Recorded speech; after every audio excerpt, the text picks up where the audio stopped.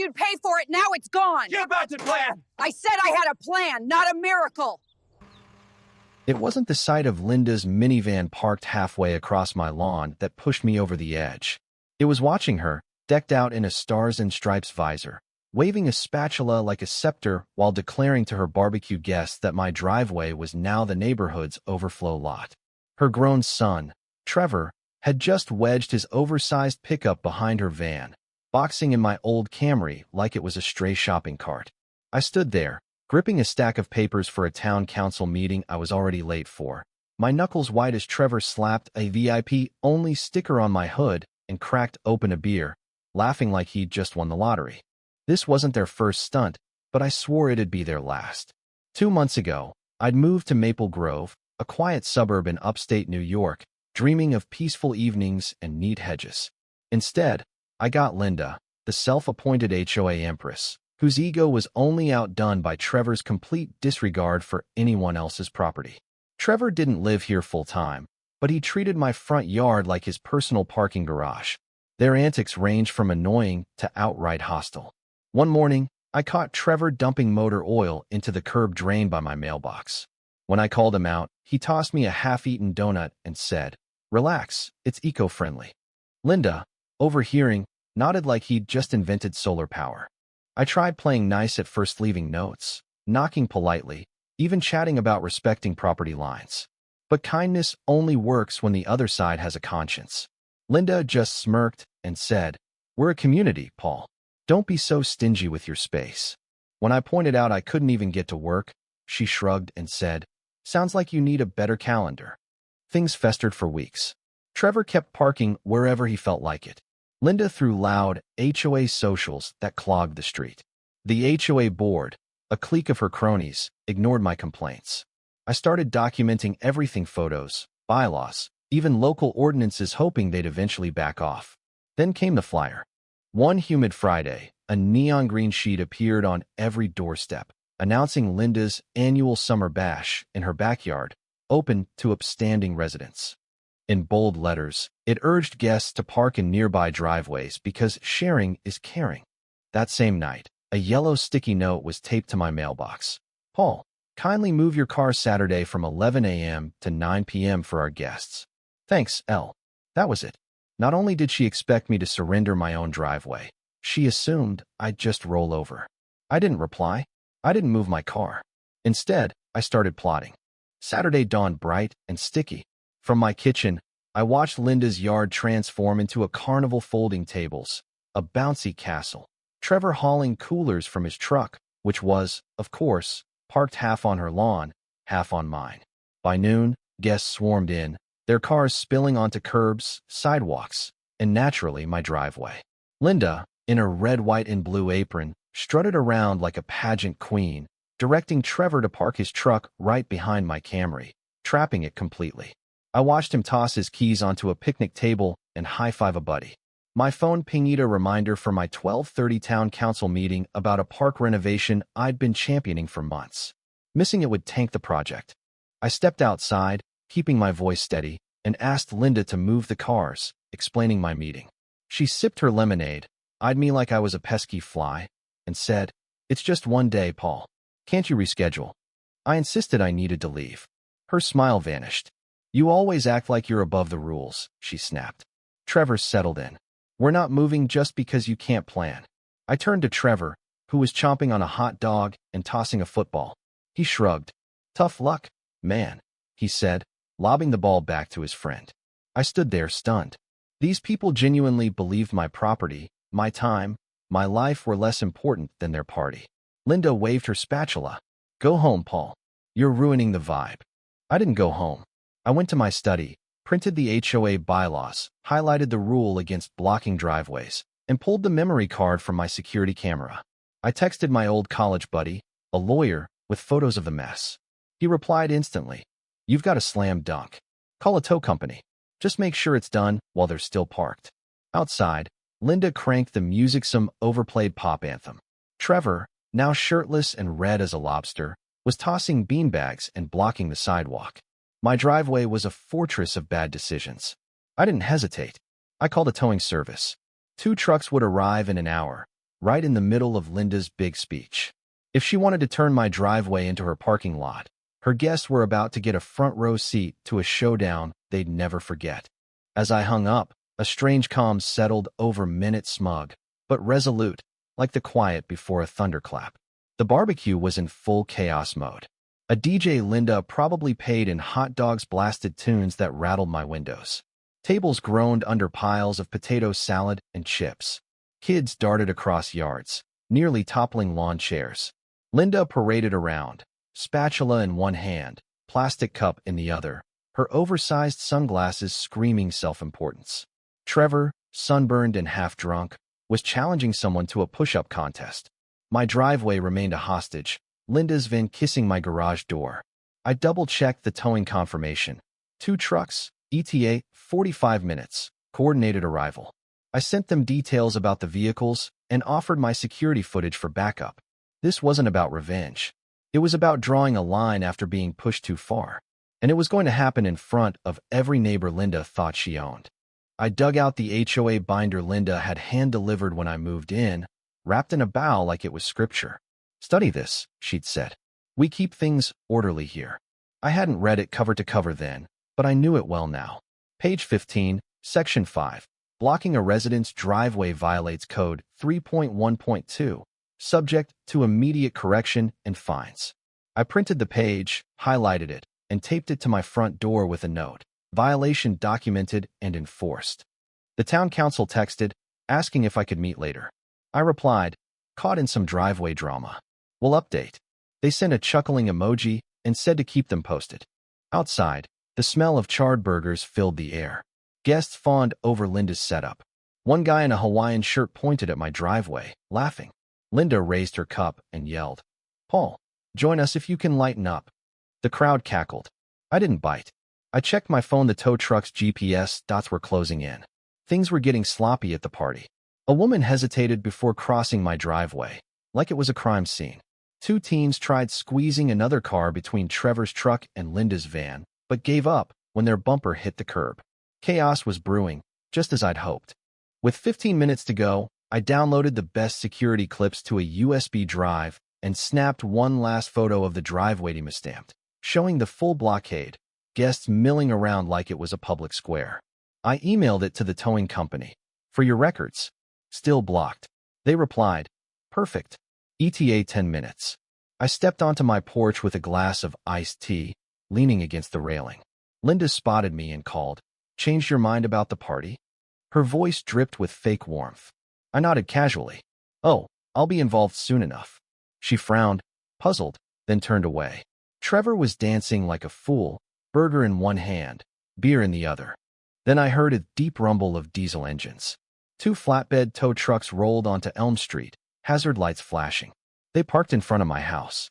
The music didn't stop right away. The party was oblivious. But when the first driver hopped out and grabbed a tow hook, the mood shifted. Linda's head whipped around. Her jaw dropped. For a split second, she froze. Then she charged toward them, arms flailing like she was signaling a plane. "No, no, no. This is private property. You can't do this," she shrieked. The driver held up a clipboard. "We've got the homeowner's authorization. These vehicles are illegally blocking a driveway." Linda spun toward me, livid. "Paul, what is this?" "This is a community event." I sipped my tea. "Exactly. And I'd love to participate, but you and Trevor are in my way." Trevor staggered over, clearly buzzed, and yanked at his truck's door, but the driver was already chaining the tires. "Don't touch my truck, dude," he slurred, puffing out his chest. The second driver, a burly guy, stepped in. "Back off, sir. You're interfering." Someone started recording on their phone. Then another. Soon, the towing became the main event. Linda dialed the HOA on speaker, screaming about violations. Trevor tripped over a cooler, splashing soda everywhere. Guests whispered, laughed, then clapped as the trucks hoisted the vehicles. Linda's van groaned as it tilted onto the flatbed. Trevor's truck followed, leaving tire marks on my grass. I'd bill them for later. Linda looked ready to combust, yelling about outrageous injustice. No one stopped it. As the trucks pulled away, I said to the crowd, "Next time, maybe include parking permits with those flyers." Laughter rippled through the group. Linda dragged Trevor back to her yard, her barbecue dreams in tatters. The tow truck's engines hadn't even faded when Linda regrouped like a general plotting revenge. Her face, red as her apron, peeked over her fence all afternoon, like she was planning an invasion. The music died. The food went cold. Guests slunk away muttering. One neighbor tried slicing Linda's prized red, white, and blue cake, but she snapped it was for invited guests only and slammed the tray shut. Her community spirit was now a smoldering wreck. That evening, as I prepped for my rescheduled council meeting, a letter appeared on my mailbox, scrawled in all caps.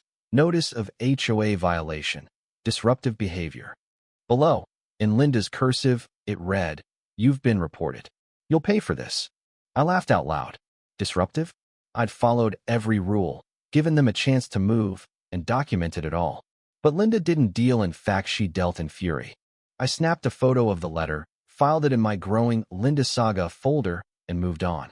That night, Trevor posted a sloppy video online, ranting that I'd ambushed their party and killed the neighborhood vibe. A few buddies backed him up, but neighbors posted photos and clips of the blocked driveway, Linda's meltdown, and me sipping tea like a quiet avenger. Someone turned it into a meme with the caption, "When HOA Linda meets justice." It spread like wildfire on the local Facebook group. Even the HOA's dull page, usually full of mulch sale notices, erupted with debates. Some praised me for standing up to Linda's tyranny. Others, her loyalists, called the towing aggressive. Then someone anonymously posted the HOA bylaws, highlighting the driveway rule with screenshots and city codes. The post blew up. Turns out, I wasn't Linda's only victim. A couple down the street shared how she'd find them for a birdhouse, not in approved colors. Another woman said Linda told her visiting cousins to park at a gas station because they didn't fit the aesthetic. The stories piled up, each crazier than the last. Linda fought back, calling an emergency HOA meeting at the community center. Her agenda slipped into every mailbox, vowed to address recent hostile acts and restore order. Translation: she wanted me punished. I showed up, dressed in a plain polo, armed with my binder photos, bylaws, video stills, and a legal note from my buddy. The room was packed, a far cry from the usual half-dozen retirees. Even the council guy I'd met with stopped by, grinning like he sensed drama. Linda stormed in, clutching her own handouts, blurry photos of the towing, and a soap opera-style shot of me.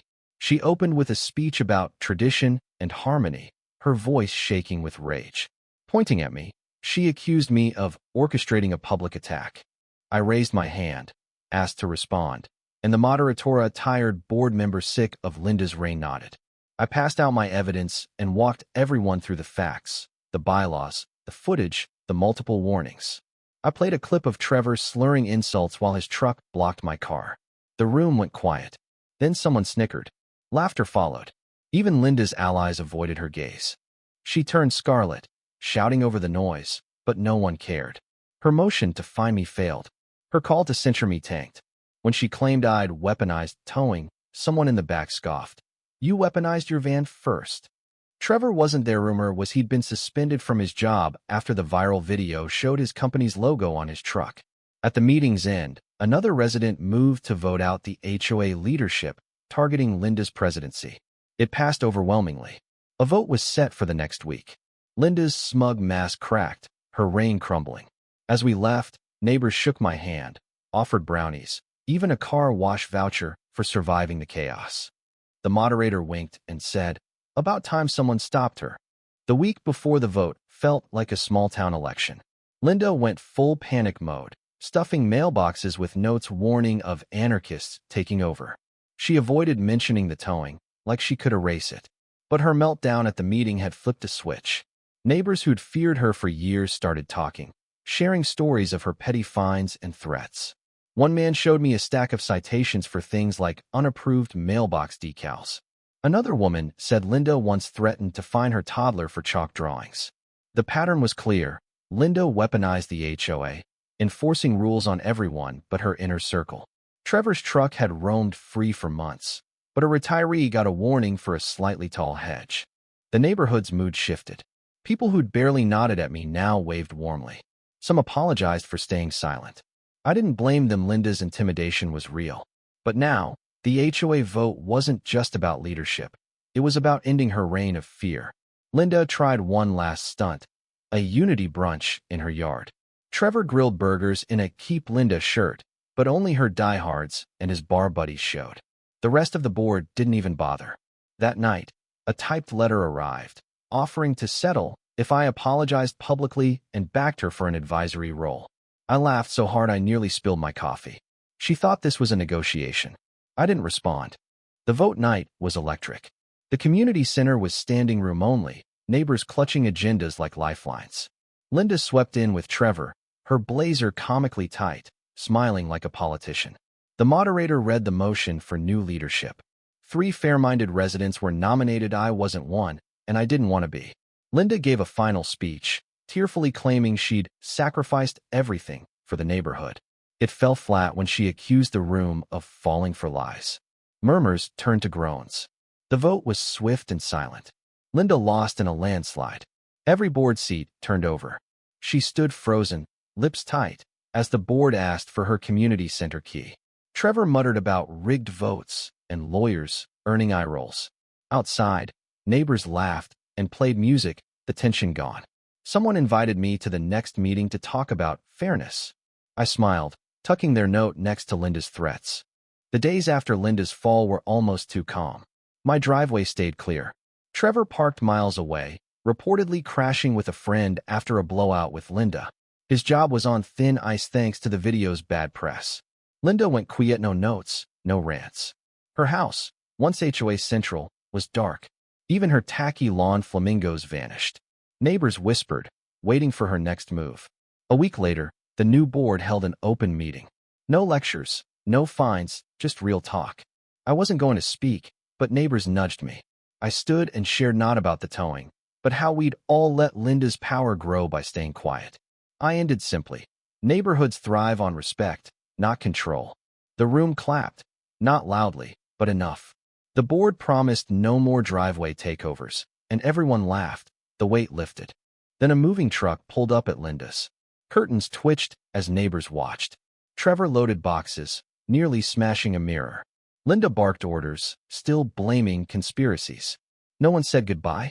As the truck left, I waved from my porch. Linda glared, then vanished inside.